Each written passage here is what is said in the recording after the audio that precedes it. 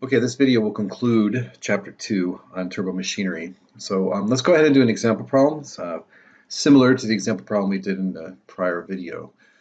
So it reads, information is given for the following turbomachine in a sketch below. So it gives us, in this case, the absolute velocity of the fluid entering and leaving. So entering is going at 3 meters per second in the vertical, and exiting is going at a 45-degree angle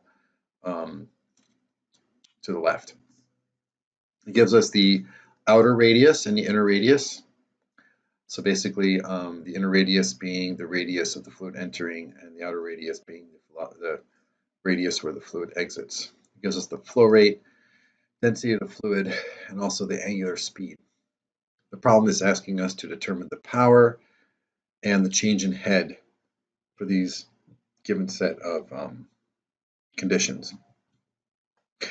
So what I'm first going to do is I'm going to draw a velocity triangle for the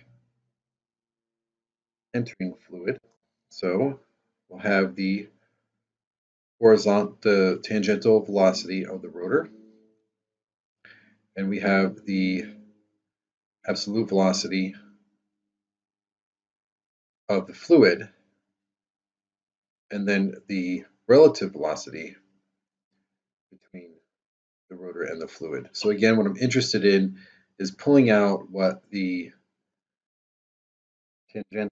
tangential component of the velocity of the fluid is. So again, since the absolute velocity is vertical, my tangential component is 0. The second velocity triangle we'll do is for the exit. So in this case, again, we have the tangential velocity of the rotor. It tells us that the absolute velocity of the fluid is at a 45-degree angle,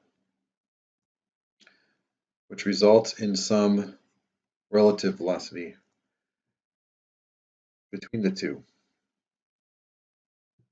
Now, with that said, what I'm trying to look at is the tangential component of the absolute velocity, right? So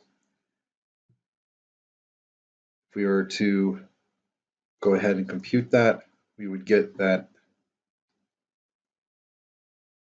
that would be basically the absolute velocity of the fluid times the cosine of 45 degrees. That would result in a velocity of 4.24 meters per second. In order to be able to find out the power, though, we also need to know what the entering fluid the tangential velocity of the rotor is at the entry and exit of the fluid, right? So that's pretty straightforward, right? We just take the radius multiplied by the angular velocity.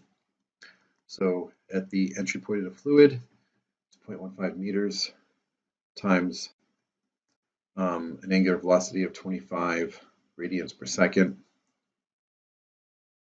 gives us tangential velocity of 3.5 meters per second.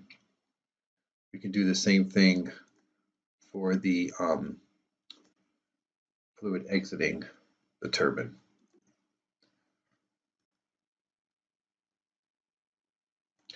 So by going ahead, and we can determine, the problem statement didn't directly ask us to do this, but it's probably useful to determine whether this is a pump or a turbine. If you were to go ahead and take the moment at the entering versus the exiting fluid, you'll find that the fluid exiting is greater than that entering. Therefore, this particular turbo machine is a pump.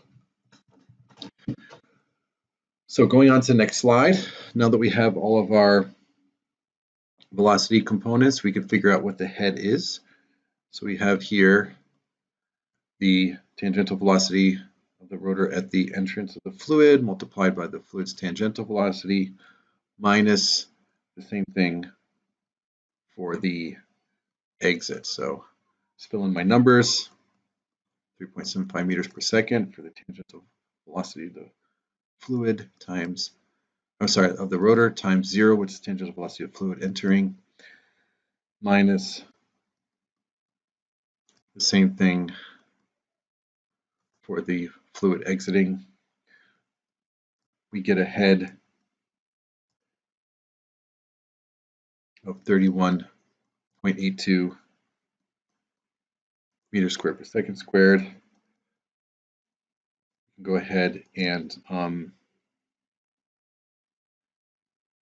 compute power, making sure to convert 1 kilojoule per kilogram at 1,000 meters squared per second squared. And we end up getting a power of negative 63.6 kilowatts. Again, that's the power that the pump would consume. Thank you very much. This video concludes our chapter on turbo machines.